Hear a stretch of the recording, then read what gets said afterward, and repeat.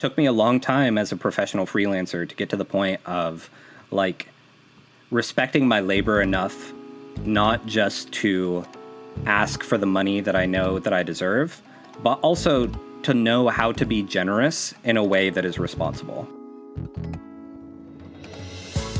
Welcome to the Draw Your Dice podcast, the show that calls on the champions and new contenders of the tabletop RPG arena. My name is Jeremy Gage, and I am learning about tabletop game design and publishing. If you are a budding game designer or a veteran looking for fresh musings, stay tuned as we learn about the inspirations, processes, and philosophies of professionals in the industry.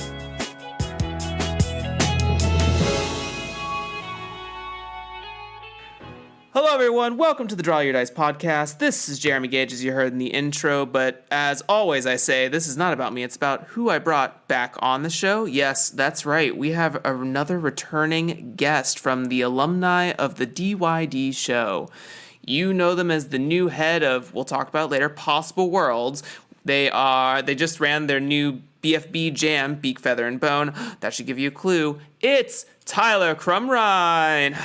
What up, what up? You know what it is, et cetera, Mr. Worldwide. So happy to be here. Jeremy, thank you for having me back on. You know, I've been working hard. I've been doing the press circuit, and you know, I just had to get back in the studio with the Jimmy Fallon of Tabletop Games himself. Brought it back. Jeremy Gage. One of the Collins Farrell. Just really a king among podcasters. I'm happy to be here, and honestly, I need someone to talk to. I've been going through a lot, and you know, I'm still looking for a good therapist in Pittsburgh. So if you know one, hit me up. I'll be here to be the intermediary soundboard that you request until that time, and I'll think about it. I think I know some people from that graduated from Pitt that might be doing some stuff. But Tyler, it's a pleasure to have you back. Yeah, it's been a minute. I was months. Looking back. I was episode 3. And that was last year. That was 2020.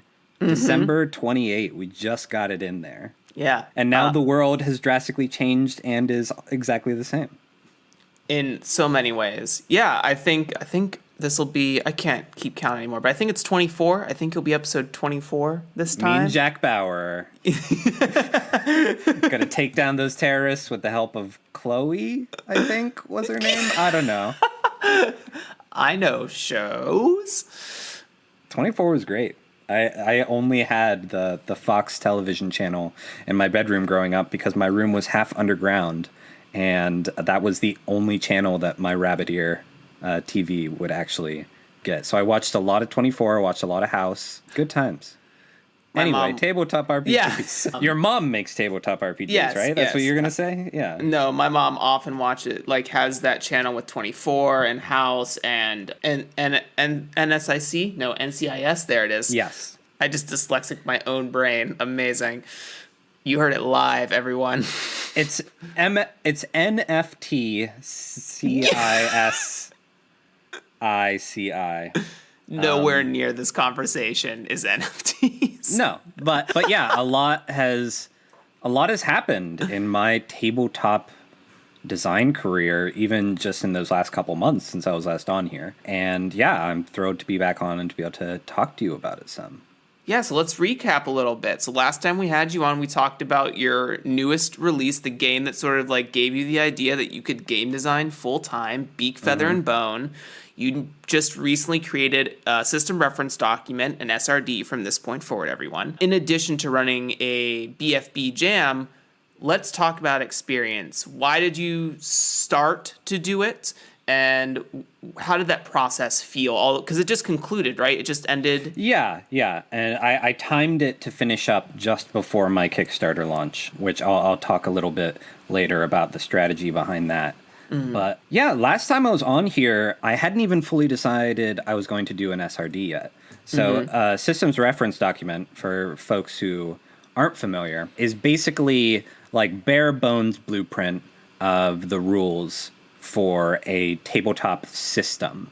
So the SRD for a Dungeons and Dragons, for, lowest common denominator, would be if they were to put out just the rules and said, like, anyone can do whatever they want with the rules, but you're not allowed to do anything with, like, the Forgotten Realms, etc., all of our world building type stuff. Or they basically, an SRD strips out, like, the base parts of the game without any of the lore, world building, or like proprietary creative stuff. And when I was on here last, I had talked about explicitly not doing that.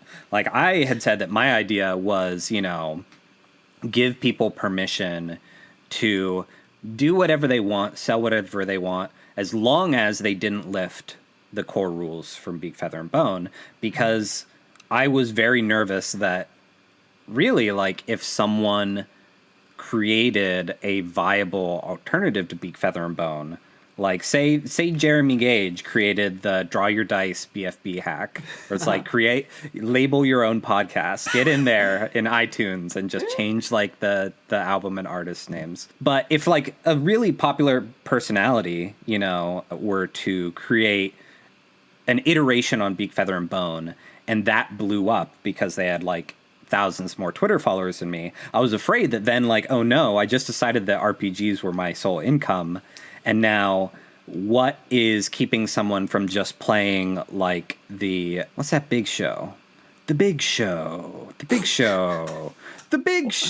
Walk me through it. The D&D one. Critical Role. Critical Role. Yeah, if Critical Role made, like, their BFB hack, like, why would anyone pay me for, the original if they could get, like, this branded thing? And it really was a lot of conversations with fellow designers about, the differences between different licensing structures, the value of things like SRDs, that got me to realize that, a lot of people are making hacks at their dining room table already.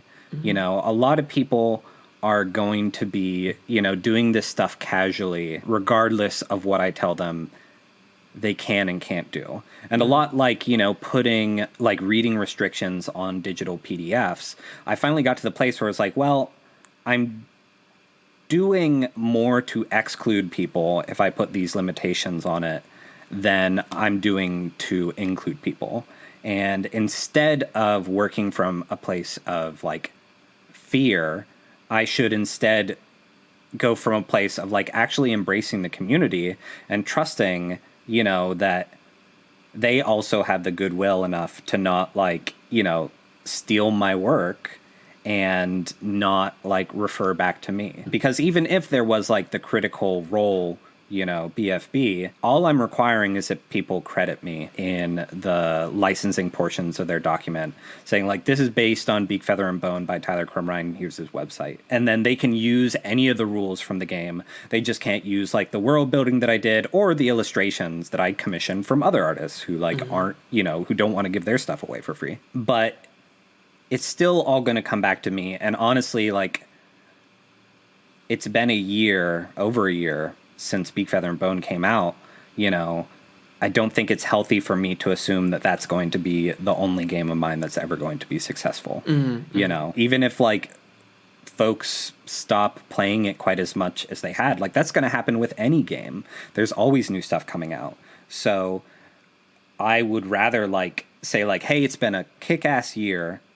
Here are the building blocks to now take this game that you've become familiar with and push it in new and exciting directions. And I'm going to work on other projects, but I will always appreciate anyone who comes back and, like, picks up, my first child. And yeah, I've been validated in that process in so many ways. Like, sales had been dipping for Beak, Feather, and Bone, and they've really gone back up in a huge way, just because people are, discovering the SRD, and even if they aren't buying, like, the full print edition, they're, like, throwing $5 my way as a thank you, or they're picking up other games in my catalog, or they're going to Tail, Scale, and Bone and are, like, making really generous donations to the Bucket Bail Fund here in Pittsburgh because they're like, well, I bought the SRD and it doesn't let me pay what I want, but this other game does. So I'm just going to go and, like, drop $20 there. And so I ran the Beak, Feather, and Bone Jam in part to, let people know that this SRD existed, to celebrate it, and in part to have, like, I don't know if I would call it sneaky, really, but maybe a more ethical way of reminding people who backed the Beak, Feather, and Bone Kickstarter that I had new work coming out. Because one of the things with Kickstarter is that if you have a campaign that does well, you get a lot of data from that. And that data can be used in a lot of different ways. And one of the ways that people use that data is they create mailing lists. They'll create a newsletter, they'll funnel people in to like find out about future projects. But with something like Beak, Feather, and Bone, as I've said before, I did not expect it to be successful. So I didn't put a little field in my backer survey saying, do you want to sign up for my newsletter? That doesn't mean I don't have everyone's email. I do, but I have their email as customers. You know, I have their email if worst case scenario, I need to follow up on like shipping issues. No one gave me consent to send them marketing emails. Promotionals, yeah. Yeah. So first advice to anyone, regardless of whatever kind of Kickstarter you have, even if you don't have a mailing list yet, include that question. Because if you start a mailing list 3 months down the road, they've already said to you, like, yes, I'm interested. But I didn't have any of that. So I was going into my next Kickstarter, and I was thinking, like, all right, I want to tap into this fan base that I have, and I don't want them just to get the day one email. You know, Kickstarter sends an automated email to folks. There's probably a setting to turn it off, you know, even if that setting is just like filter Kickstarter into spam. But there is a email that they send out to your previous backer saying, hey, you might like this new project by a creator you've supported before. And I didn't want that to be the first time that a lot of these people heard about my new Kickstarter. So I knew that I wanted to do the SRD. I knew that I wanted to do the BFB Jam.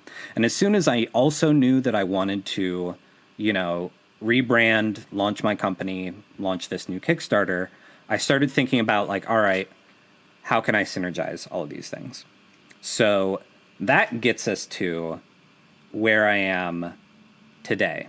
So I mentioned last time about how having this successful Kickstarter completely screwed me over taxes-wise. I just paid my accountant. It was less than I was expecting, but it was a lot more than I paid any other year. And so I still definitely need a Kickstarter to, like, make me right with the government. But I also, you know, started taking serious steps to forming an LLC, getting a business bank account, doing all these things to make it easier for me to keep track of the business that I was doing and not just treat my Kickstarter income as like, you know, a tip jar. And figuring out like, you know, the branding elements of that as well. Like if I'm going to, you know, establish the LLC, do I want it to just be my first and last name, or do I want it to be this entity?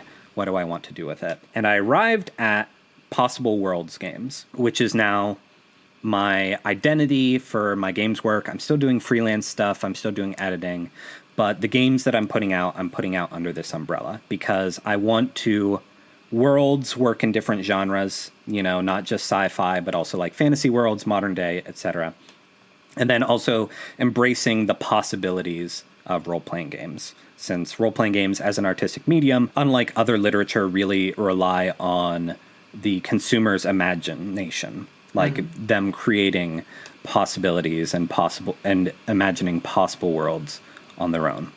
So I reached this idea for this company. It was also something that I knew I wanted to do a 6 RPG subscription box, which I had talked about on our last episode, you know, in my brainstorming, like how can I make more money from this, but still make games the size of Beak, Feather, and Bone? And, you know, Possible Worlds interacted with that in a good way in that it had, you know, it was something that like was broad and specific enough to address the kind of games that I wanted to make, but it was also something that was broad and specific enough to encapsulate a 6-item series that spanned different genres. So I do all this work and I reach this place where I'm like, all right, I'm going to announce this company. I'm going to announce it to Pittsburgh press outlets. I'm going to announce it to game outlets, let everyone know that I have this new company. And then in kind of like the footnote of all these announcements about like Beak, Feather, and Bone Guy is going legit, everywhere I was saying, also keep an eye out for my Kickstarter. I got that coming soon page up a month before I was going to launch. I had a concrete date of when I was going to launch. And as I started to roll out this new personal identity, it was also the first wave of marketing for this Kickstarter, because I knew that this was a way that I could get people to pay attention to what I'm doing, to the kind of the new career and life developments that I had, without shoving the Kickstarter down their throat too early, so that in a month's time, when I started to make that be the full focus, I wasn't overwhelming folks by springing a new company name on them at the same time. And that was the logic of, I launched the SRD and the Beak, Feather, and Bone Jam the same day that I announced my company. And I announced my company a month out from my Kickstarter. And the whole idea there was, I want to let people know who love and who supported Beak, Feather, and Bone that I have a new Kickstarter on the way, but how can I do this ethically? And really, because I didn't have that mailing list already, the most ethical way to do that was to create more Beak, Feather, and Bone content. Because I can make an update on my Kickstarter page for Beak, Feather, and Bone saying, anything that I want, and it sends a ping to all of those backers. But I didn't want to just do an update that was like, hey, everybody, this is unrelated to anything that you signed up for. Here's my thing. But because I released the SRD and the BFB Jam, I had a reason to go on there and say, hey, here's something that legitimately I think you're all going to be interested in, and that I think legitimately gives back to you and thanks you for the belief that you've had in me. But also, again, here's this postscript about the Kickstarter. And then a month later, when the Kickstarter launched, that also meant that all the BFB Jam entries had a month to create these games. Mm-hmm. So like I said, it was a huge success. Got almost 20 people submitting games for this BFB Jam. And I went, and you can go to the Beak, Feather, and Bone Kickstarter. I'll give you a link, Jeremy, to put in the show notes. Mm-hmm. But you can go and you can see this update that I made that lists all 18 of these entries, gives a quick summary of them, gives links to them for people to go download or buy them. Most people put stuff up for free or $5 or less. And again, I was going back to this community and saying hey, it's a month later. Here are all these new supplements to help you play this game that you've already bought, that you already love, in new and interesting ways. And also, if you want to help me be a full-time creative, and if you want more games like Beak, Feather, and Bone, this Kickstarter is now live. So it's really been and I know I've been monologuing a bit here, I apologize, but it's been this real process of I've been working since November, really, starting this process shortly before you and I had our first conversation.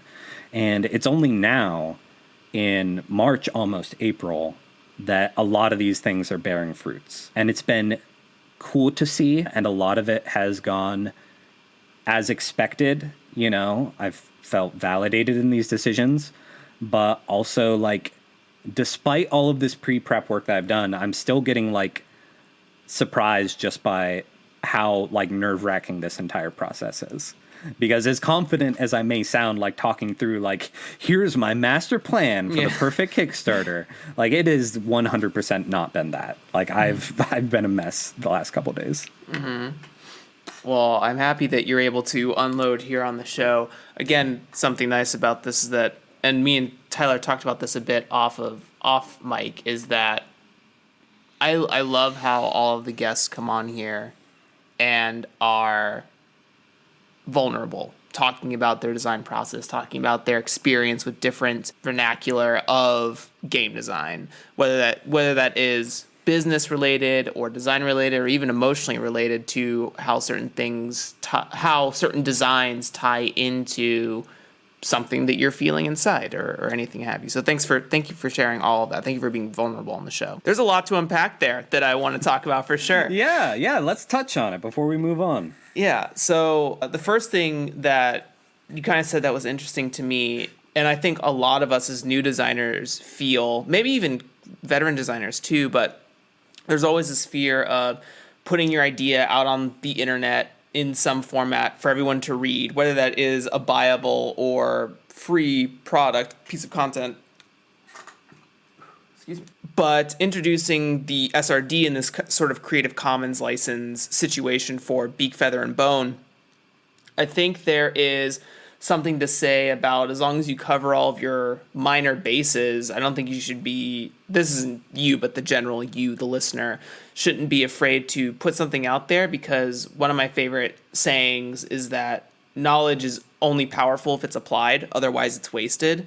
Like, having all this knowledge and design, but if you never put that piece of content out there for people to give you feedback on, you can never learn, you can never grow, you can never iterate upon previous ideas. So I agree with you. There's a fear there. There's a fear that, like, man, what if this is like my cash cow and I never have another cash cow in my life, and then Crit Roll steals my cash cow because I wasn't careful, or I shared this and I wasn't ready to share this, and they just did something really amazing that I could have never thought of. Two things. One, you can always take the steps to be careful, copyrights, trademarks, whatever you think is necessary for your particular game. But the second thing is that iteration that Critical Role produced, you would never have produced, unfortunately. I know that there's like branding and marketing behind them, but that person is another person. They have another experience, another set of ideas that are not inside of your brain. And I think it's better for the world if you're able to present those articles out to people, for them to go, oh, that's really cool, but what if I did this? And then, you know, the game industry, the artistic form is better because that person's going to put it out, then someone else is going to look at that idea, or you may look at that new idea and be like, oh, I didn't think about that, but what if additionally this, right? And it's just this, then you can start forming collaborations, et cetera, et cetera. So I think it's really cool that you decided to go against that initial flow of like, I should protect this as much as possible, to like, you know what? I think that this is something that everyone has really been vibing with. The BFB Jam is smart, because that leads me into the next thing that I want to sort of unpack, is that you mentioned something about how sales were dipping after BFB's sort of initial release. And then the BFB Jam kind of caused it to spike back up again. And I think something interesting here is to use potentially the SRD as a marketing strategy, in the sense that, like, let's say that you made your own BFB and you let it go for 6 months, and then things are starting to taper off a little bit. Maybe you have this policy for whatever your company is. I'm not saying everyone should do this, because everyone's company or intentions are going to be different. But in my mind, I'm already thinking like, okay, I make a game, it's cool, I let it out for 6 months, and at month 7, I'm like, here's the SRD for it. At this point, have at it. I don't need to think about it bringing money back to me again. Like, I don't need it to be a sole proprietor. I'll make another game, is basically what I'm saying. Like, after that 6 month mark, I'll put something else out, and that'll be the next thing that I like hard promote, and I'll have this SRD for like everything. I don't know. But it's interesting that it was able to bring back up sales for your product simply by being, maybe a strong word, but altruistic about releasing your design to everyone, right? Yeah, I think that you're definitely on the right track with all of that, because I think that it is one part, you know, part of this is the same kind of discussion over like community copies and things like that. You know, for some folks, like, money is a very like fraught thing, and I would not be surprised if there were some people who had been interested in Beak, Feather, and Bone, but were able to sample it essentially through this SRD to, you know, to find out like what are the cool core rules, who is this Tyler guy, and get to the place that they needed to feel comfortable to like make an investment on it. Not because, you know, they never buy RPGs, but just because they're very selective about the RPGs that they can afford to buy. And I think that it was also a matter of realizing that, you know, there is so much more that is attractive about the full publication of Beak, Feather, and Bone than just the core rule set. You know, like, yeah, I spell out how to do this like certain kind of map labeling game, but there's also like the fantastic art by Jonathan Yee and Austin Breed in there. There's, you know, my own kind of GM tips and things like that. There's a lot of content other than just like the bare bone rules that are also worth paying money for. And so kind of like you said about, you know, the Critical Role version would never come out of my mind because I've never watched Critical Role. But in the same light, like, the original version would never come out of their minds. Exactly. You know, because they don't have the exact same experience and assets that I do. Like, if anything, they would probably have those brand cuffs on of needing to make it, you know, something that ties into their property instead of like, you know, creating a game that is so open-ended. And then also just like another argument for the SRD is that I have become a much, much better designer, and learned a ton through this jam, as someone who didn't participate in it, but just who read each of these entries. So many people have taken and done different things with BFB that I never would have thought of. Adam Bell, past guest, he put out a rules supplement that like adds hands to the game. Like, instead of just flipping over cards, you're now drawing a hand of cards and choosing which ones you want to play in strategic ways. Max, another past guest of this show, they made an entry that recontextualizes it as scavengers picking through crashed spaceships. And instead of the rival mechanic, they made a friendship mechanic to make this like cozy game. And there's so many other really cool things that people took my game, built upon it, added different elements that really have kind of helped me to recontextualize how I think about the original, but also just like has helped me to like expand my thinking as I go into designing new games. So personally, I think that like, if someone wants to like have a schedule of like, all right, I'm going to put it out, month 1 and then release an SRD month 6, I think that's a great idea. Depending on like your own life and if you have the time and energy to make an SRD, because it's also work. But there's also no reason why you can't do like an itch funding model or something, or a bounty board model of like, hey, if I sell X amount of this game, I'm putting out the SRD. Yeah, because absolutely. Casually, that's what every SRD is. The reason why, so many Kickstarters now have like a stretch goal of I will put out the SRD at this point is they know that if I make this much money, I don't have to care about individual sales nearly as much as if I made this amount of money. And the SRD still keeps your product afloat, essentially, because it's not just the game for free. It's a different entity. Exactly. And it's that's like, super cool. It doesn't have the art. It doesn't have, a lot of times it's even just like it's not in print. And people want something for their bookshelves. Yep. That deluxe edition, everyone, think about it. Me and Spencer will talk about live design and our thoughts on deluxe editions soon enough. But yeah, it's I think the SRD is a really cool concept, and I love even elaborating on like the itch funding stretch goal sort of thing of like, hey, once I make 4K from this, I personally don't care about it anymore. As far as like managing its individual marketing and sales and everything. Here's the SRD.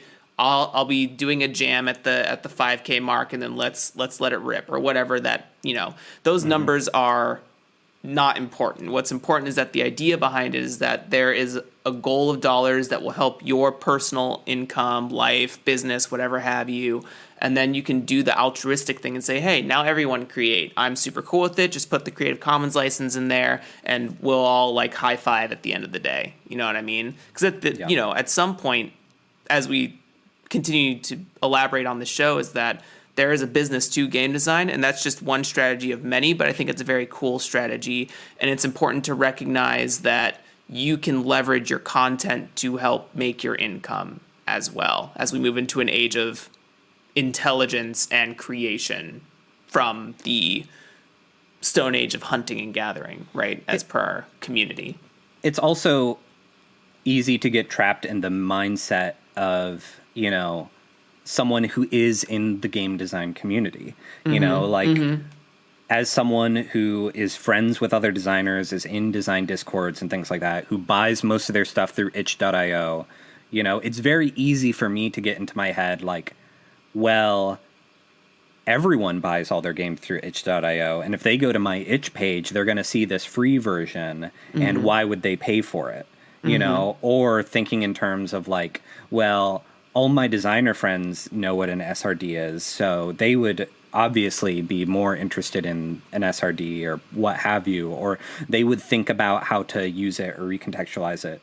But the fact of the matter is, like, someone who buys Beak, Feather, and Bone from Floating Chair, they're just going to be happy with what they got. Yep. They're not going to, like be seeking out this extra free thing. Or even like online marketplaces, like Beak, Feather, and Bone exists on drive-through RPG. I just don't market it, you know, because I don't want to leave that money on the table.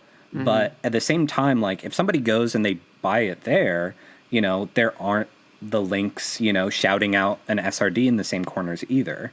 So it's not like I am even shouting from the rooftops that there's this free alternative. It really is more something that, like, if you know to look for it, or if you find it and recognize it, then, like, I want to reward you and your passion for this game. I think there's also something interesting too about maybe, like, we call them SRDs now, and they're system reference documents, and some people can game the game and buy the SRD instead of buying the main game and paying that price. But I think there's something interesting about maybe contextualizing or phrasing words in such a way that, like, instead of SRD, like, hey, here's the toolkit version of the game. It does not come with this cool art or the GM section or whatever have you. Here is, I don't want to say playable. That's not like a great word because that indicates that the toolkit is not playable. But for lack of a more refined phrase, here's the playable version. Here's the full game where you can take it to your table and your friends are going to have a great time, right? And, you know, that's for the person to decide. Even talking about, like, deluxe kits and premium kits and things like that, you know, like, you can think of an SRD as, like, the backbone of something and then just really make, like, the deluxe physical edition the only physical edition. Yeah, you know, right. There are a lot of different ways that you can think about tiers of these different kinds of things. But I think that this might be a good transition to talk about, like, the kind of budgeting stuff, because I've been thinking about numbers a lot here. And that's part of why, like, I was really in my head looking at BFB sales, is that I did, like, a lot of number crunching and a lot of preparing for this Kickstarter that I'm doing, which, please, if you're listening to this, go back to Kickstarter. It's Possible Worlds. It's an RPG subscription box. Over 6 months, you get 6 micro RPGs. I talked about the single unique power one on my last episode here. There's also a farming game, a dating game, a wish granting game, other games, so many games. It's you'll have to go to an entire Kickstarter page to learn about all these games. But it's, despite all of this talk that we've been talking about and about all this, like, budgeting talk and numbering talk, it's still a wildly different experience going into this Kickstarter than it was going into my Zine Quest Kickstarter for Beak, Feather, and Bone. Even with the benefit of the year of, like, community building, you know, all these marketing strategies, all of these different kinds of things, it hits different in a lot of really, like, surprising ways, but I guess, like, shouldn't be surprising, you know, just based on, like, how capitalism works. Yay, capitalism.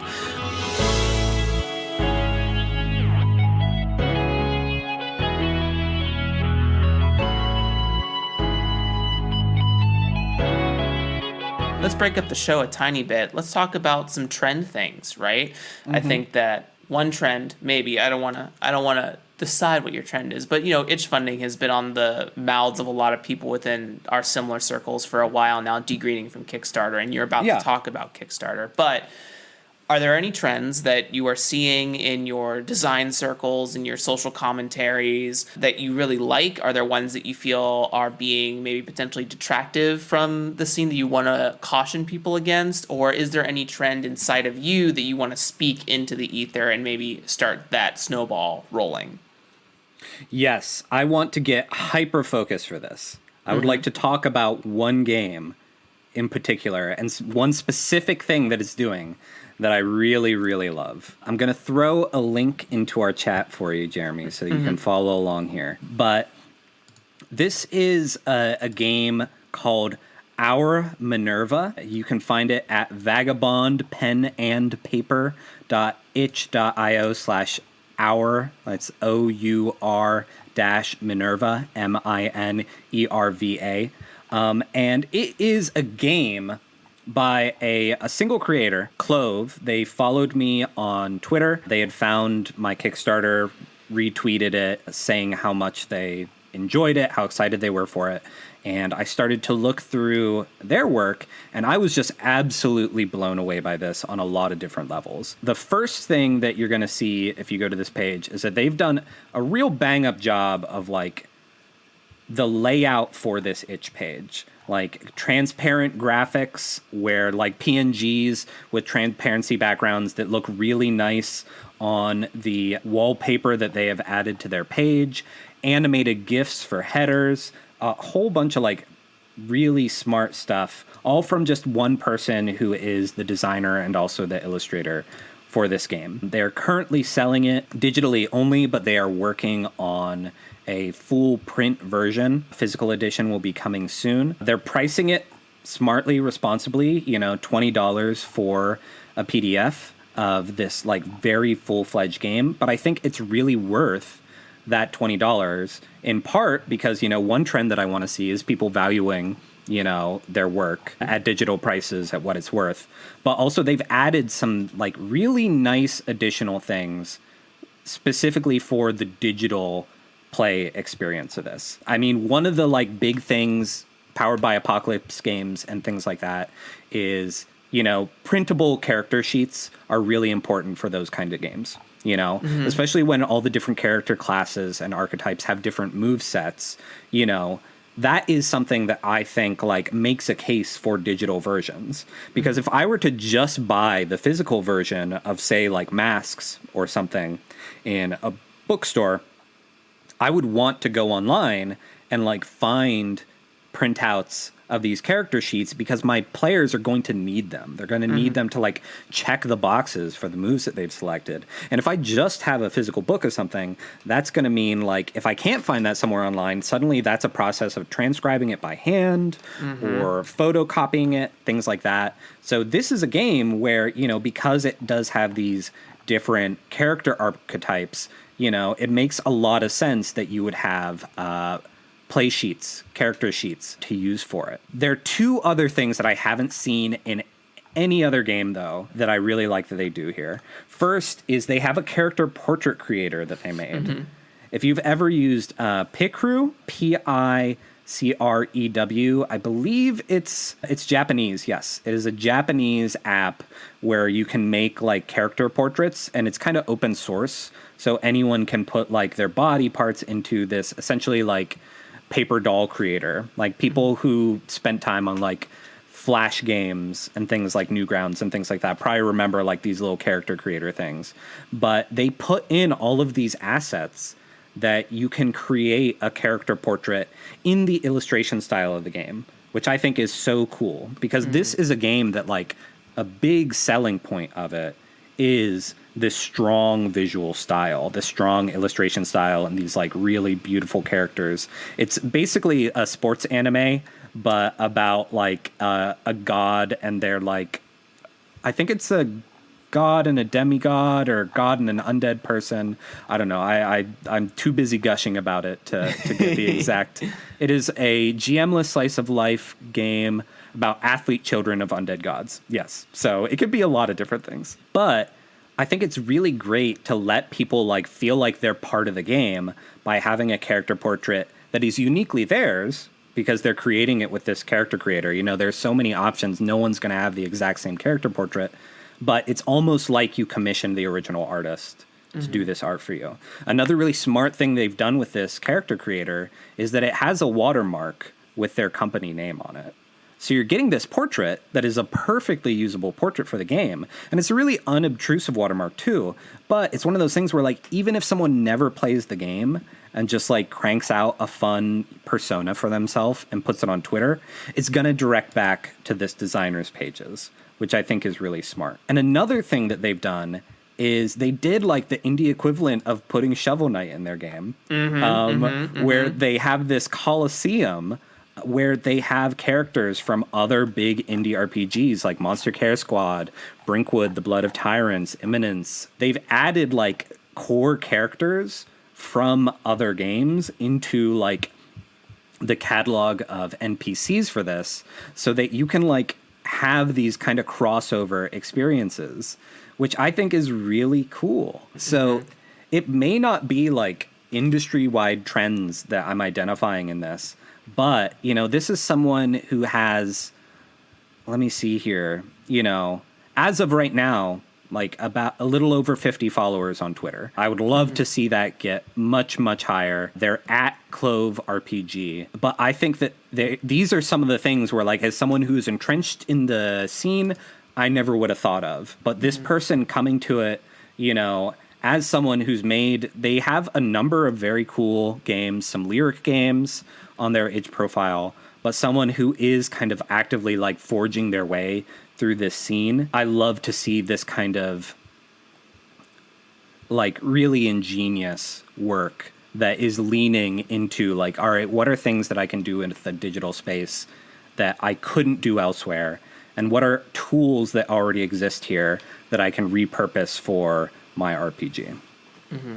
Yeah, me and Spencer have talked slightly, but we'll be talking more at length soon about what we think of is as live RPGs. So RPGs that only live in a digital space, use digital tools, and really harping on that demographic of the RPG audience rather than thinking about, there are a lot of costs when it comes to print, when it comes to distribution, when it comes to publishing and all that stuff.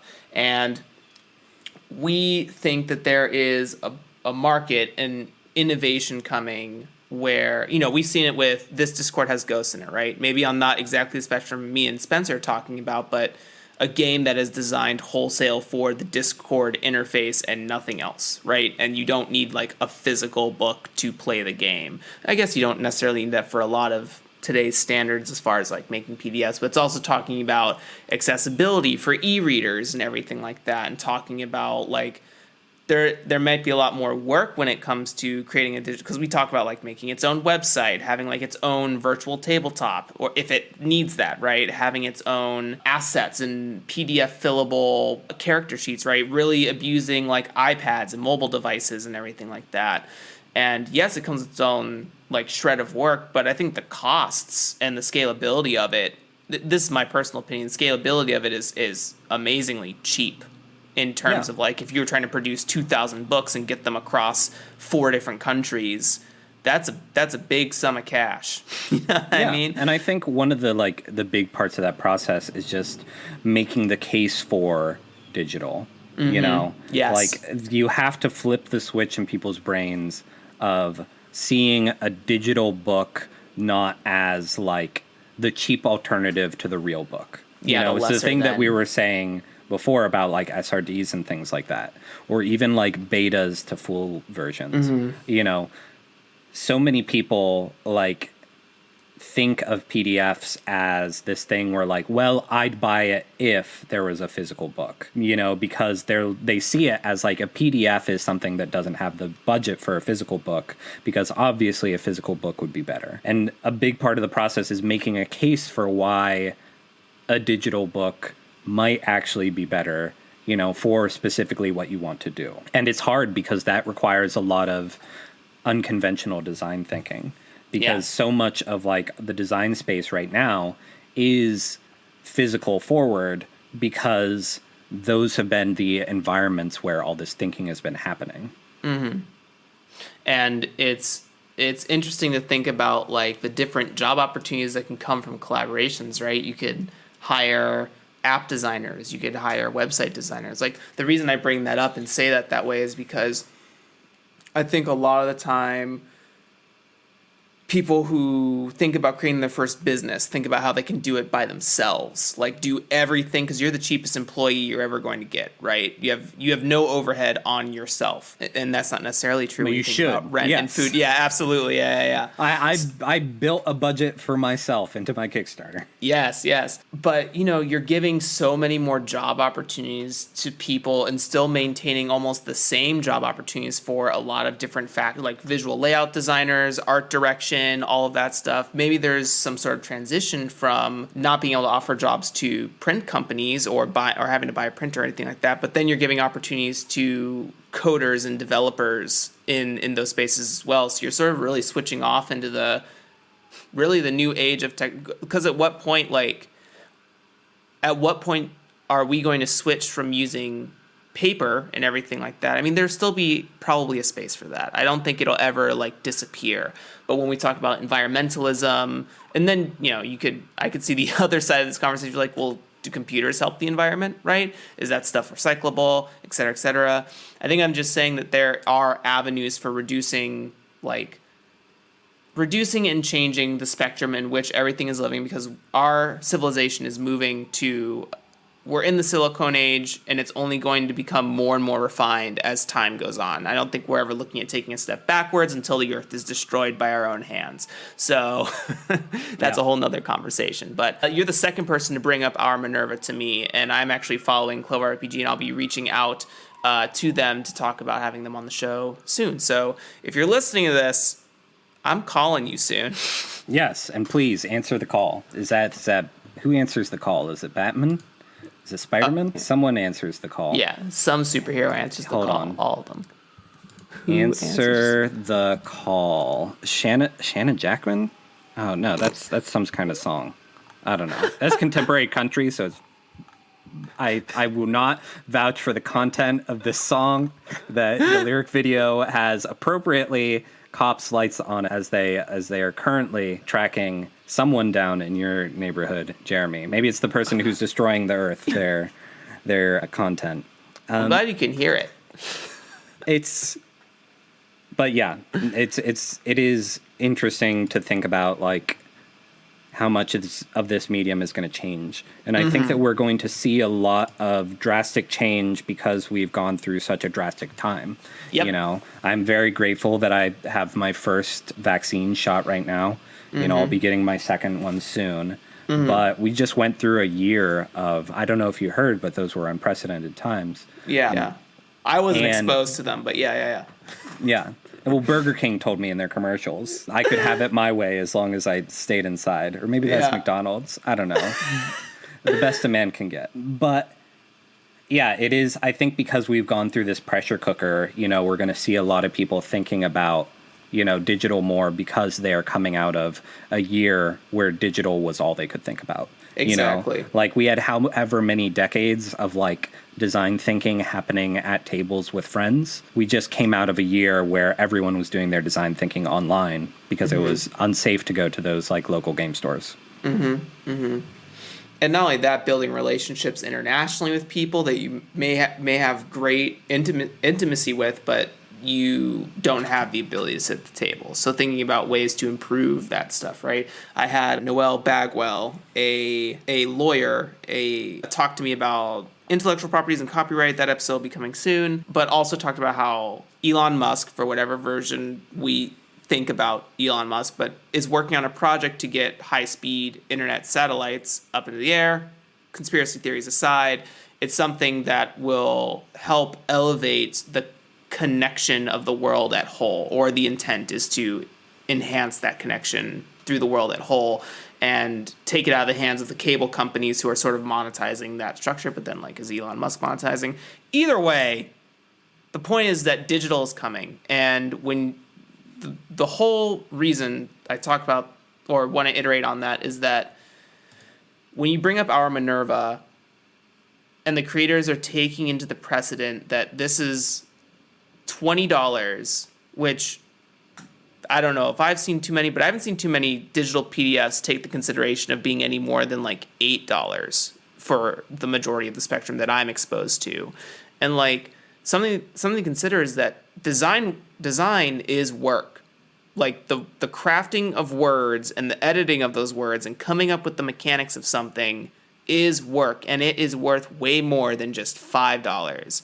I know that people are like, well, will people buy my game above $5?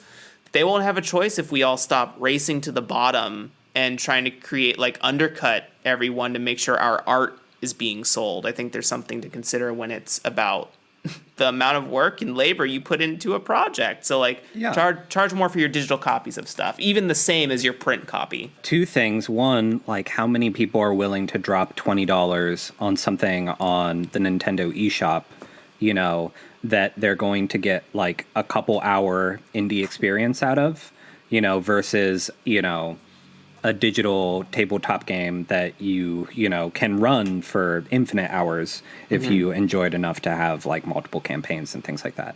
And also just like, I don't know if you want to edit this out, but you did accidentally transcribe one letter from their name. It's actually Melon Usk. It's not Elon Musk. It's Elon Musk. Or sorry. Elon Musk. It's not, it's Melon Usk. Melon Usk.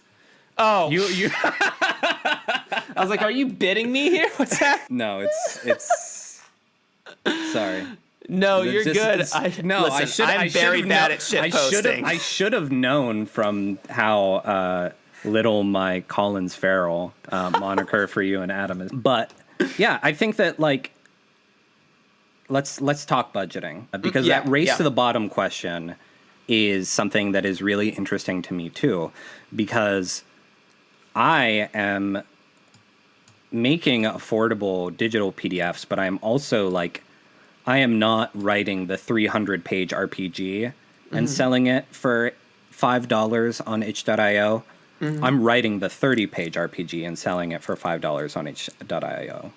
You know, rather than, you know, more content and then race to the bottom in price, I am very much looking at my process of like, all right, if I want to ask people for $5 on itch.io, what is the length of game that I feel like that buys from me?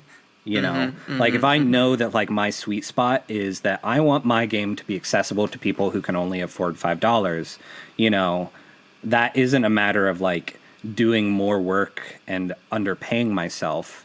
You know, it is a matter of like, all right, how can I create something small that earns those $5 but also isn't burning me out? Yeah, you know? Yeah, that's a very, very, very good point. Like that's a very smart way of thinking about that price limit versus how much you're willing. It's like the same thing as when an artist on Twitter says like, hey, I'll do a pencil sketch of your character for 10, I'll do a full colored bust for 30, and I'll do like a full character design for like 100 or whatever their prices are, right? Because that's what those tiers mean to them. I think that's a very smart way of thinking about creating those products. Yeah, because so my current Kickstarter, there are a couple of different tiers on it. So it's this RPG subscription box. The little tagline that I'm using is 6 games in 6 genres over 6 months. And the idea of it is that once a month for 6 months, you're going to get the digital copies of these 25-page-ish games delivered to you via itch. And then on the 7th or 8th month, you'll get a physical printed box set if you want to pay extra for it.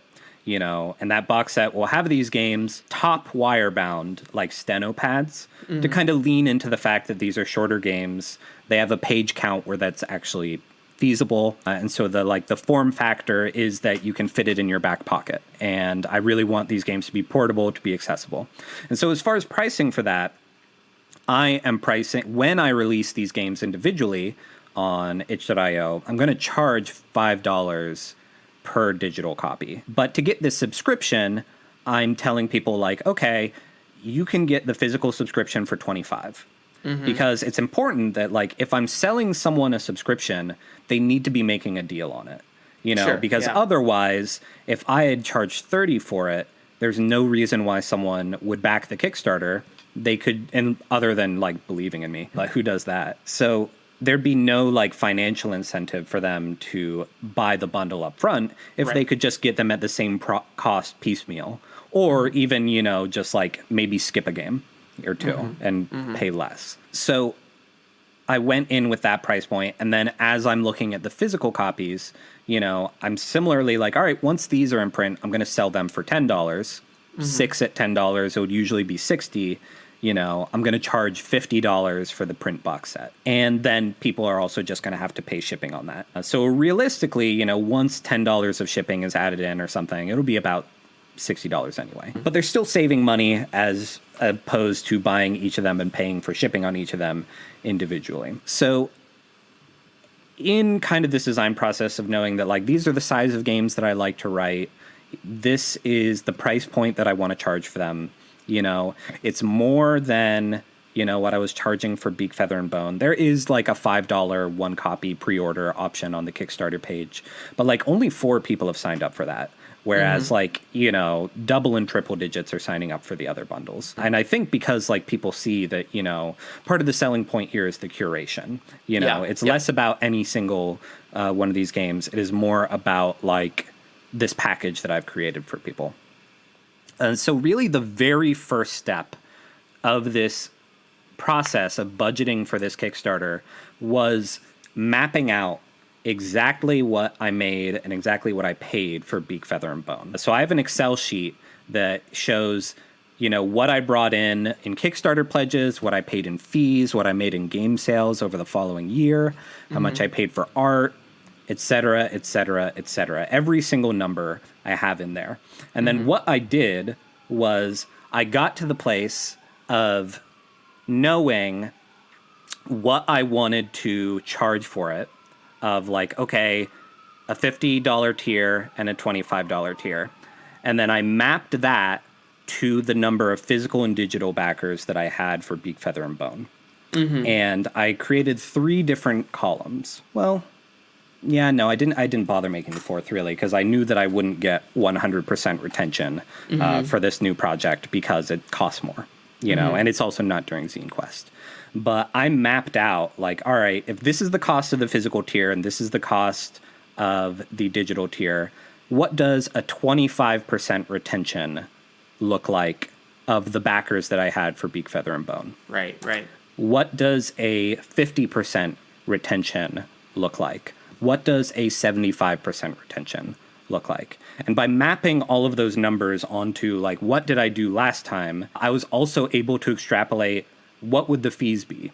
So I had costed out with my printer, you know, how much different quantities would cost for print runs of these. But also like I am scaling with like, all right, I know that if I make this money in this proportion, this is how much Kickstarter is going to take, or this is how much backer kit's going to cost, or this is how much art that I have remaining. And I also budgeted for the fact that like, okay, this is the amount that I expect to owe in taxes from my last Kickstarter. Yep. You know, I need to make sure that as I am budgeting for 2021's taxes, that as I'm raising this money, I'm setting aside essentially a third of it for tax purposes, but I'm also raising this money that is essentially a third of what I made for Beak, Feather, and Bone to potentially have to pay in taxes. And that is how I arrived at the actual minimum that I needed to accomplish what I wanted to accomplish with this project. Yeah. Which was $20,000.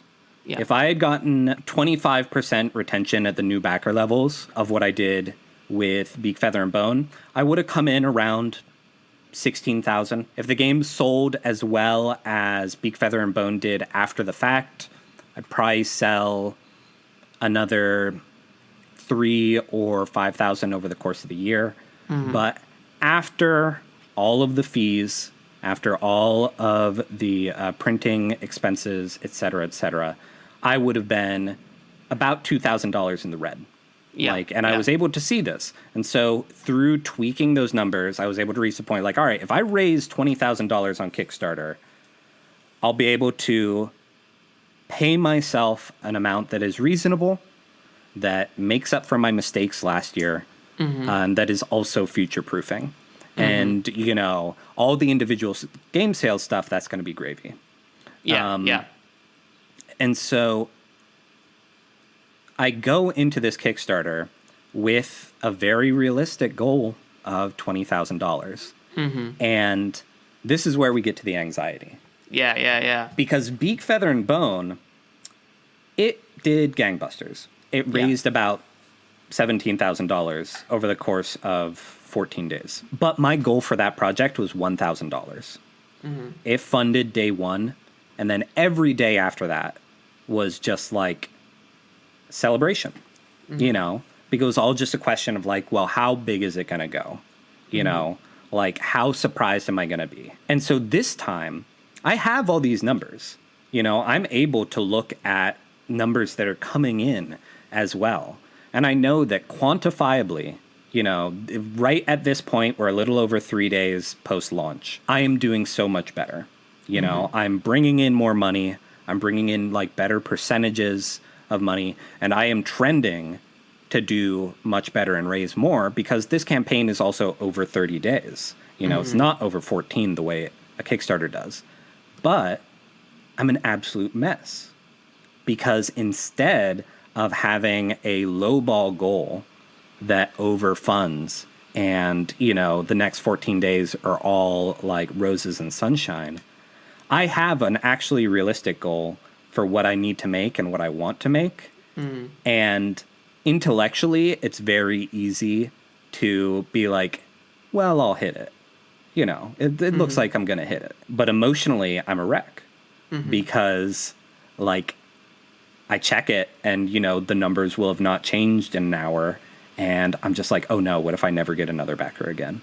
What is it? This is it. I saw my first person who dropped their pledge down the other day. And I was like, shoot, what did I do? Like, my first thought was like, did I accidentally say something like offensive somewhere? Like, is this going to be a spiral? Did I just get canceled? Is everyone going to like do everything out of this project? What I do wrong? And like every time it's just like, I need to take a breath and be like, no, this is what it's supposed to look like, and also remind myself that I'm way better prepared and situated than I was before either. Because like I said for the last time, like I didn't tell anyone about my last Kickstarter project. For this one, I assembled a press list of like 40 different games contacts. I've been on podcasts. I'm going to be on more podcasts, actual plays, things like that. Like I'm doing the marketing work. So it's safe to assume, hopefully there will be other influxes of new backers discovering it later on because I put that work in. But it is just, it's so hard to get over like the human frailty, anxiety element of just, if you have to wait an extended period of time, to let this like process work out, it's so much harder than maybe like I could have done that irresponsible thing and had a lower goal. But if I had just funded at that amount, I wouldn't actually be making progress in my career. I'd just be screwing myself over again in a different way. Yeah.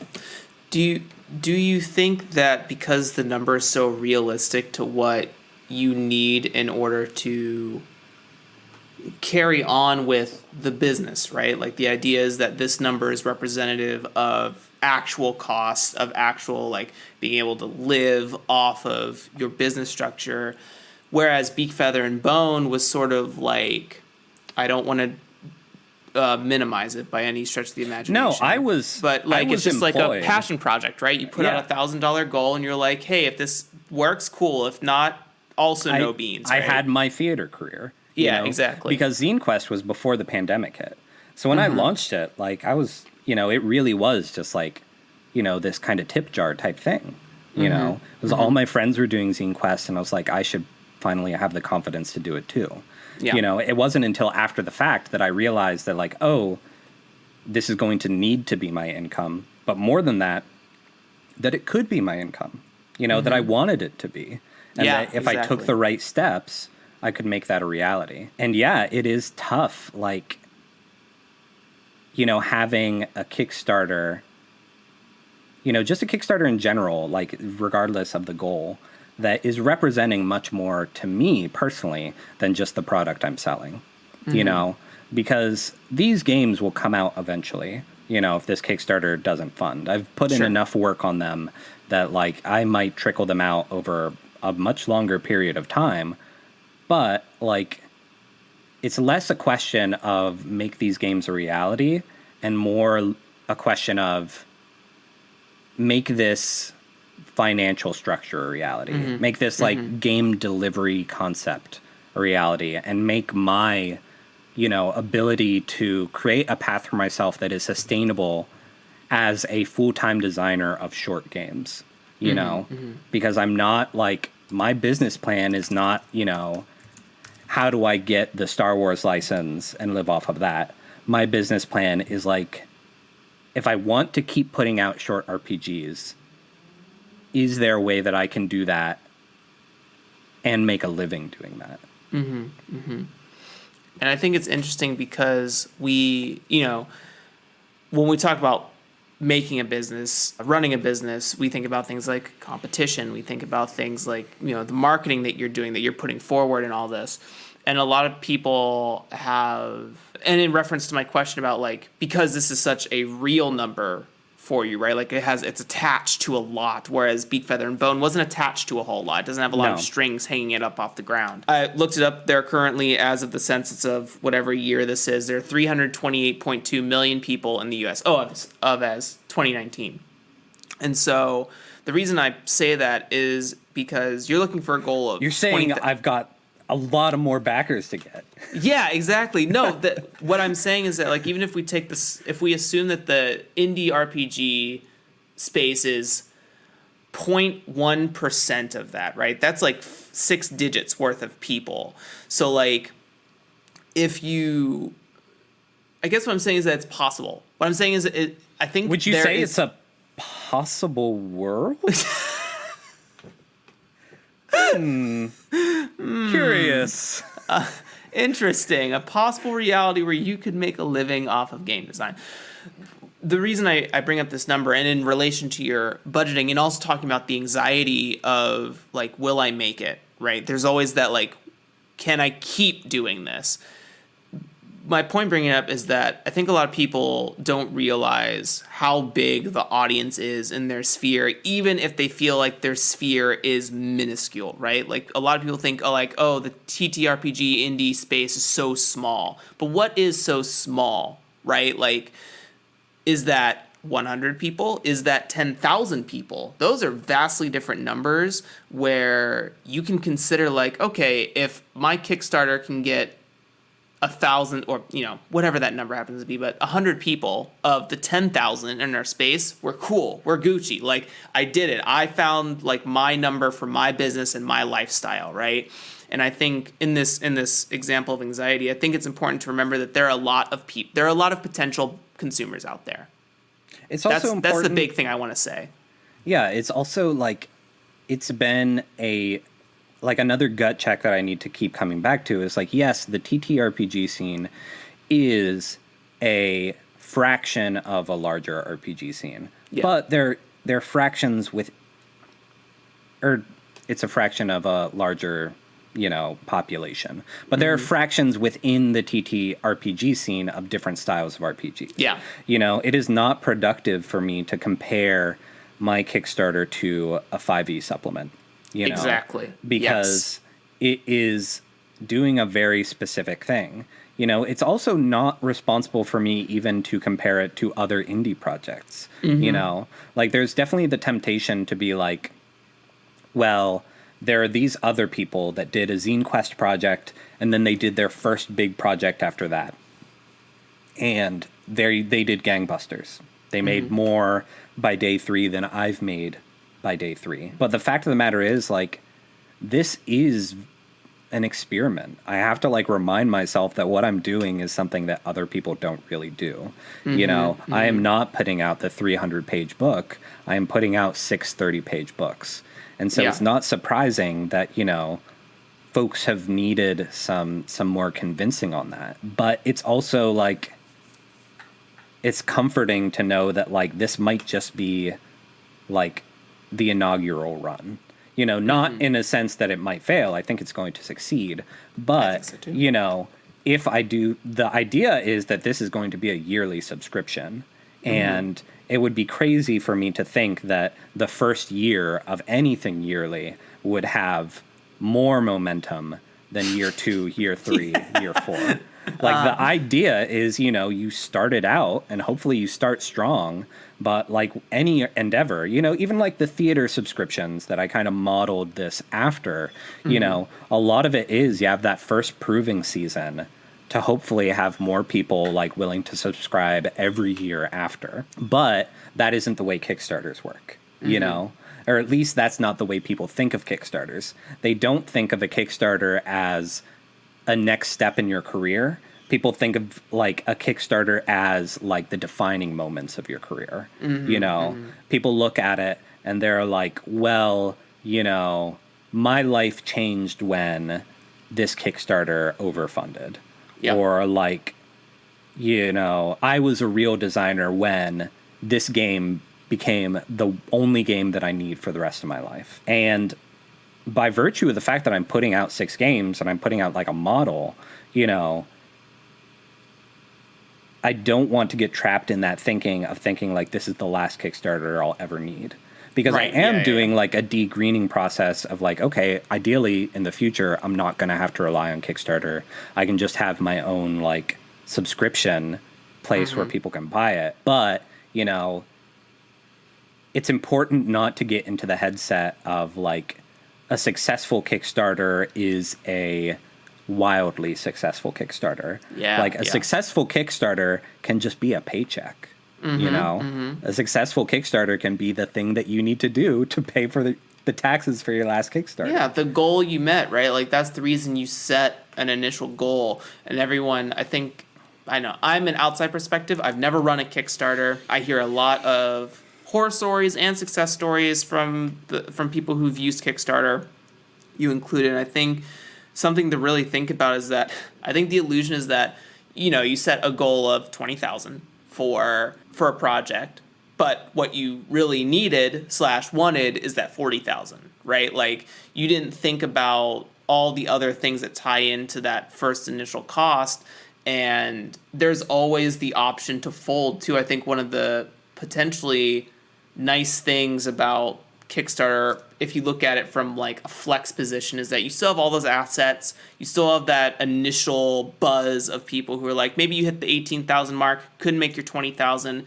You don't get any of that money, but you still have those people who are like, I still want that. Cool. I'm going to still release it regardless of this Kickstarter project. And maybe I'll see 12,000 at the end of like 4 or 5 months or whatever have you, whatever that looks like, right? Retention rate conversations. And I think it's important to realize that you need to approach Kickstarter realistically, not aspirationally. Because if you approach it aspirationally, like, man, I'm really hoping to hit that 100K because that's what I need, fund the project for 100K. Like, exactly. don't do it the other way, because you're going to be real mad at yourself when you hit 40K and you're like, fuck. Yeah. And I think that is part of like, I think you hit the nail on the head when you said that, like, Beak, Feather, and Bone, I didn't have nearly as much wrapped it up in because it didn't feel like work, you know, because it was work that I had done, but, like, I didn't have to do work to support that Kickstarter because it hit a low goal, and then that wave kind of just carried it. You know, Zine Quest did the work for me. And now, in this Kickstarter, like, I'm realizing that it takes work. You know, it takes work to build the momentum. It takes work to attract more backers.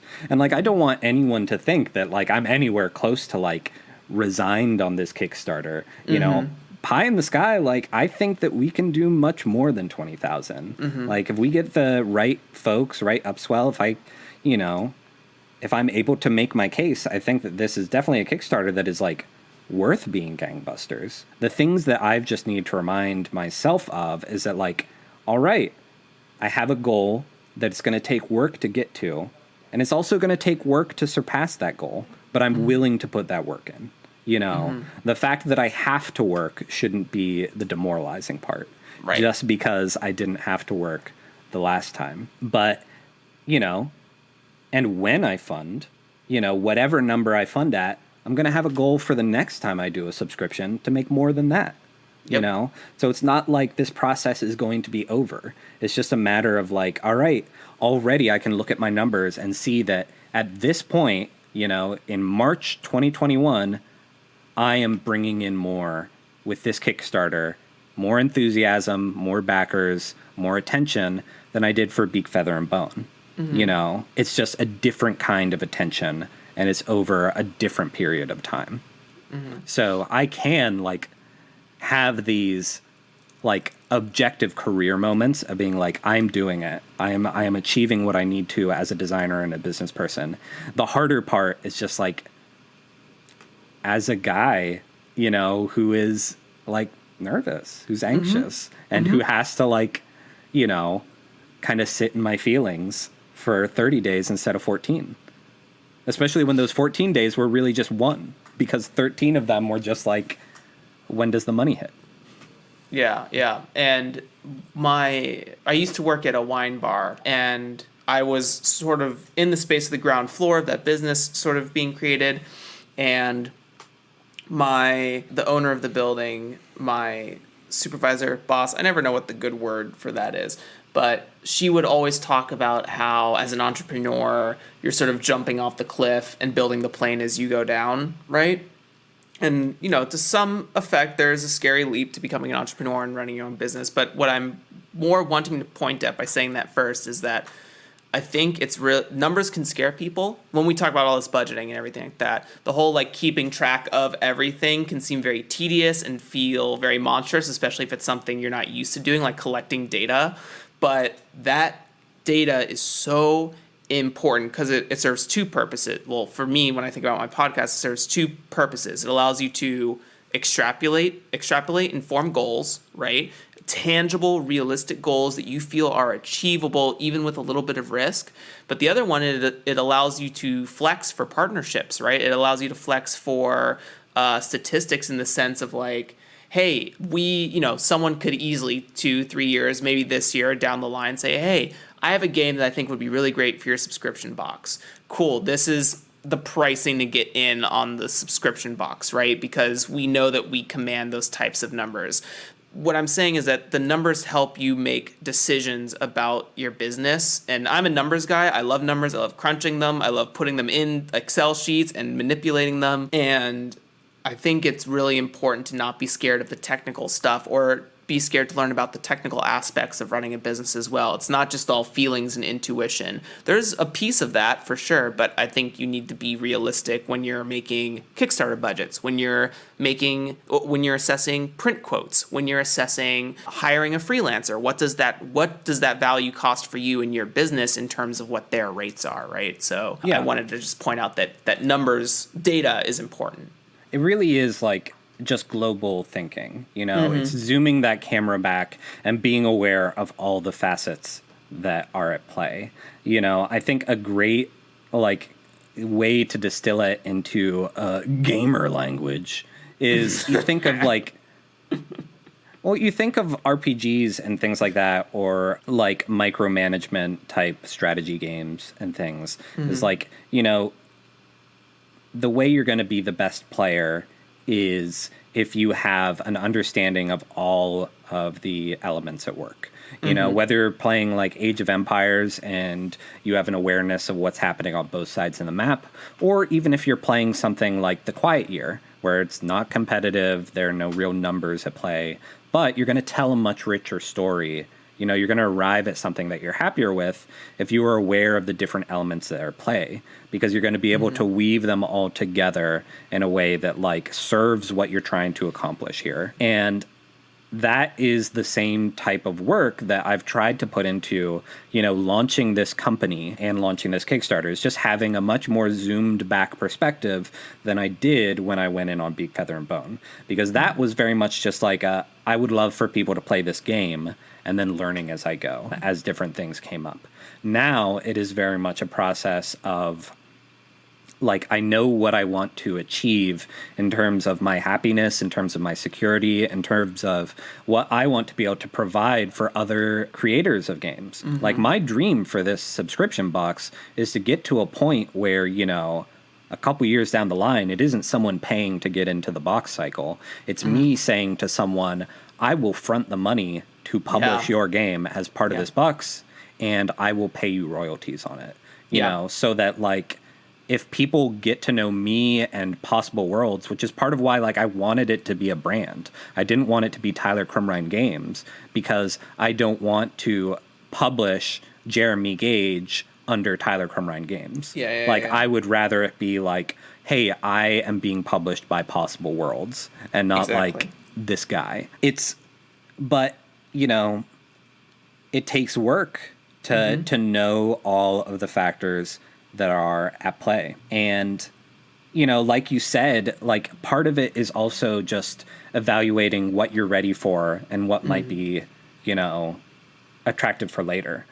Part of this process, I'm gearing up for this Kickstarter, and I'm going to be using a backer kit for fulfillment and pre-orders, because shipping costs are so in flux right now that it really only makes sense to, if I know I'm telling people this is going to be delivered in 8 months, waiting 8 months to see what shipping costs. And it's going to be a bit too, because this is a physical box. It's going to be $10 US, probably around like 20-25 for international, because you're getting 6 games all at once. It's still more affordable than paying $12 6 times to get games shipped to you one by one. Yep. But it's also why I have this digital option, so that it's more accessible for people who are international that want to just like cut that cost out entirely. Even if, maybe they find one of the 6 games that they love, just buy a physical version of that later when I put them up for sale individually. But through talking to BackerKit, like, I got the whole marketing pitch from them, which they have a really strong marketing team. They have analytics, they have data.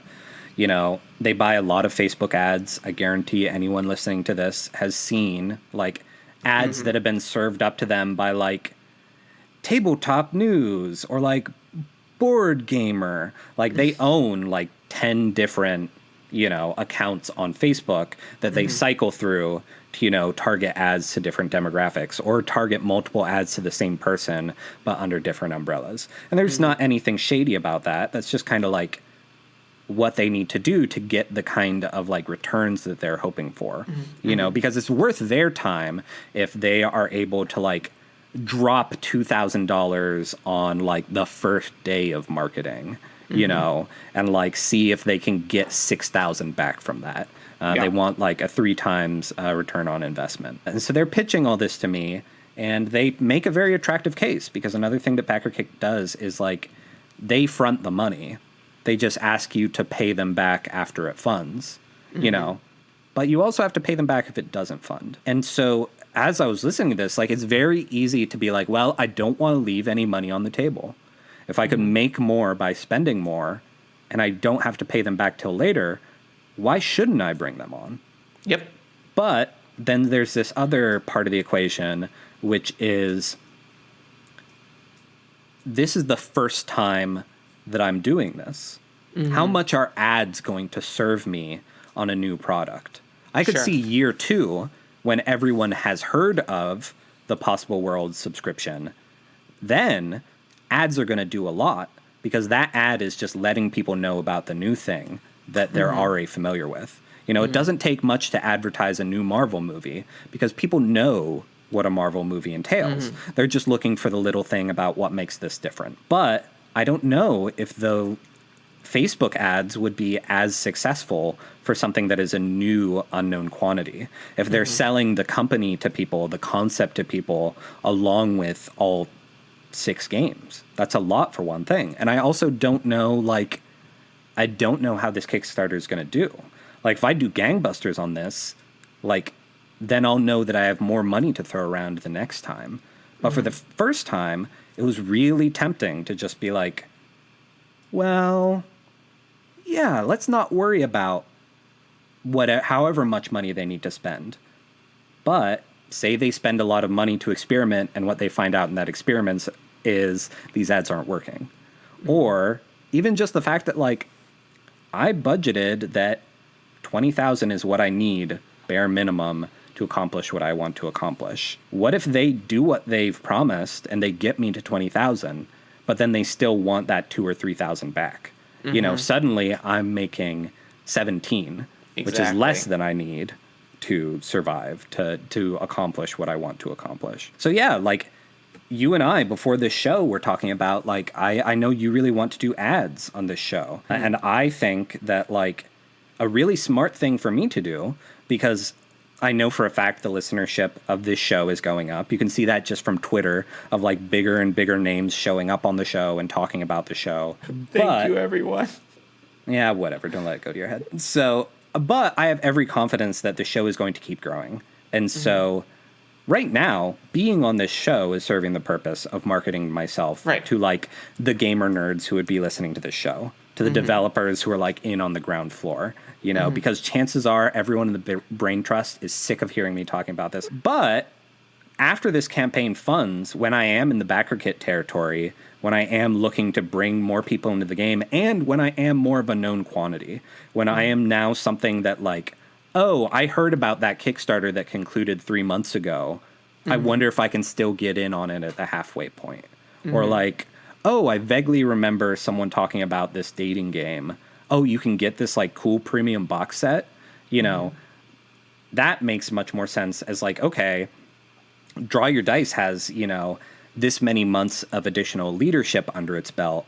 Or not leadership. Although if you want to add some staff, like very affordable rates, but experience under your belt, then to be able to come back and say like, hey, we both, you know, have used our time wisely, have used our analytics wisely. Let's team up. And it is so much like, whether it's BackerKit, whether it's advertising on podcasts, whether it's paying for my own Facebook ads, you know, so much of it is just like being aware enough of my resources and the landscape to actually make educated decisions and have a reason for why I'm making decisions, instead of, you know, another thing that happens anytime you run a Kickstarter is you are going to get a bunch of messages on Kickstarter from randos saying like, hey, do you need marketing help? Or hey, do you need editing help? Or all these different kinds of things. And sometimes they're legit. Like, it's how I have gotten relationships with translators before. But sometimes it's also just like, it sounds really attractive when someone comes to you and says, you could be making more money. But if you don't have the education on why to say no, it's going to be a lot harder to say no. Yeah, for sure. Especially when you're not constructing that data for yourself to find out if it's worth it, right? You could get quotes, rates, and be like, yeah, I'm charging $10K for editing, right? It's like, I'm not making $10K, so sorry, buddy, it's not going to happen. You know what I mean? Or even just like per unit print costs and things like that. A lot of people don't realize what a run of a zine should realistically cost. And they just kind of go with the first person they find or that they get recommended. And that's part of why, like, I also recommend design communities and just asking people questions about this stuff. Like, that is something that one of the services that I offer folks through my company is like consultation and coaching on their publishing projects. And I've given that, you know, to a few people, paid, but also like, especially for indie designers, I would not be where I am if not for the advice of others. And so I'll give people my rates, but I'll say like, hey, if you just have like one little question about how much should I add to like the interior gutter of my page layout to print good, like just ask me, I'll tell you. I'm not going to charge you like X dollars an hour for the seconds I spend. Just like if you have a specific question that I can give a specific answer to, of course, always ask. And if I don't know the answer, I'll send you to someone else. And if you ask so many questions where I'm like, hey, you should be paying me for this, I'll tell you. Yeah, I definitely think there's this fear of, I mean, I personally don't elicit a lot of, people have offered services to me like, I don't feel good if I can't pay you. I can't pay you. I don't have the money. Thank you for like, if you want to do like consulting for me, but I just don't want to take that from you. I think me personally, I think it's valuable, but not everyone thinks in that manner. It can definitely be an overstepped boundary sometimes, but you shouldn't feel afraid to ask people questions, join Discords, because other people are going to ask questions and you also might have the answer to their question. Who knows? Everyone knows different stuff.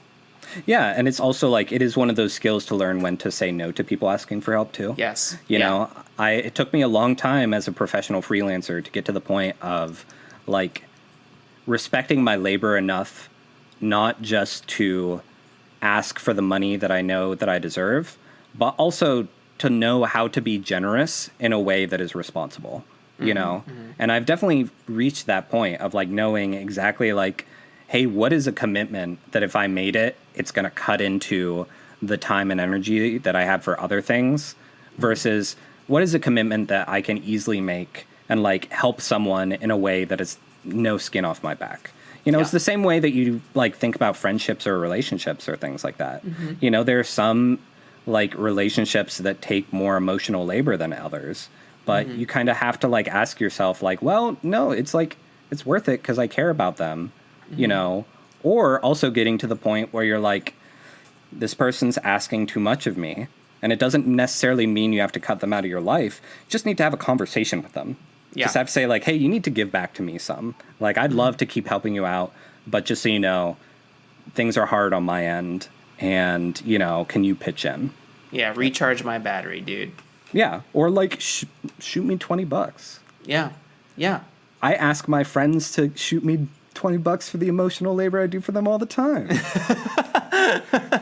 Don't we all? Yeah. That's my Venmo's for. But yeah, I definitely think that being able to feel comfortable to reach out to people is important. I mean, I've grown as a designer as I interview people, as I read their games, as I learn about their experiences, and as I even reach out in my Discord servers and on Twitter about certain things. It's all very beneficial, but I'm also trying to give, which is why I run the podcast. You know, I want to be able to give to the community with this sort of value. I also, what I learn, I'm willing to reshovel to other people because, you know, you may not have the time to answer a question that we have talked about on this show, but I may have the time. So why not I answer that question for you or to them or whatever, you know?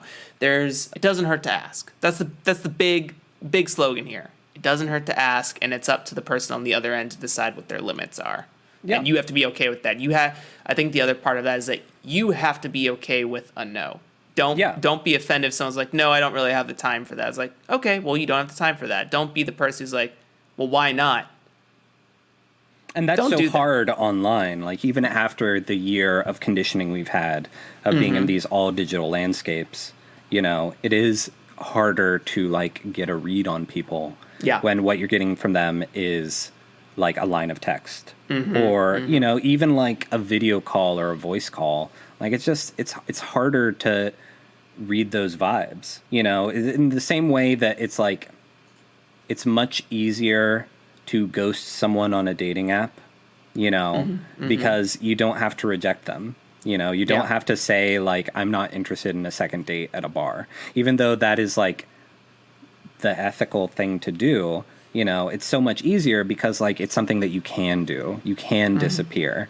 You know, it's sometimes, like, it's easier for people just to, like, ignore emails or to ignore messages. And it doesn't mean that, like, the easier thing is always the better thing. You know, I think that as like creators, as people who have like influence in the scene, like, yeah, you know, you should. I never feel like if I get a random email that I need to respond to it within 24 hours, you know, or even like a week, but I get to it eventually, you know, because I feel like, yeah, if when I have the time, I would like to respond, you know, or if I don't have the time, I'll tell them I don't have the time. You know, it really is just kind of like part of being a member of the community or any community really is just learning, like, you know, what does leadership look like? What does community look like if you're going to, you know, help to bring people into the community and nourish the community and not just like, you know, sit in a chair at the top of it. Yeah. Yeah.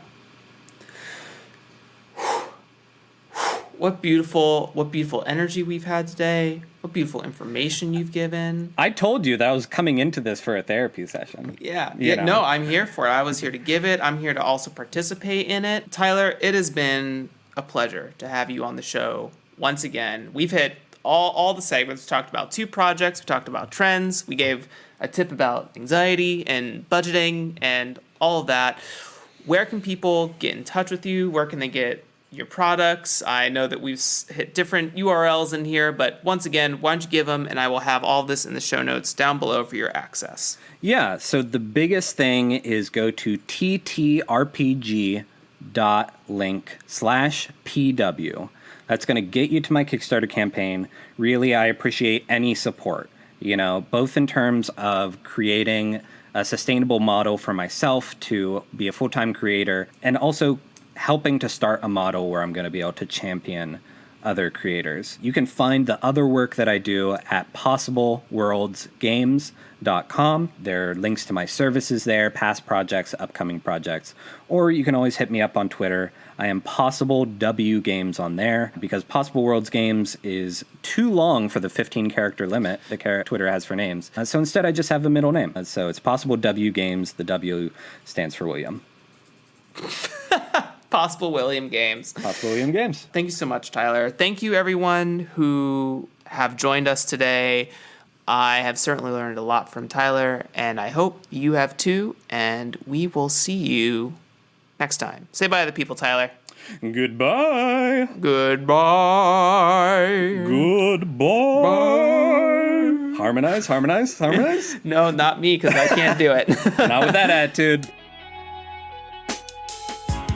All right, that's a wrap.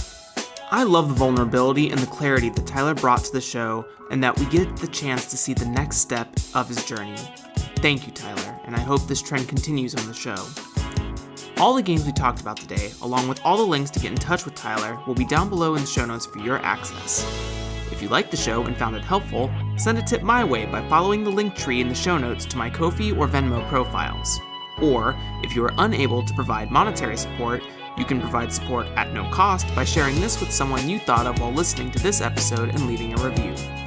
Both of these methods greatly impact the success of this show and lets me know that what I'm doing is beneficial to designers out there. If you want to be a part of the conversation or hang out with alumni like Tyler from the show, you can also join the DYD House Discord server. Thanks for listening, and I will catch you next time.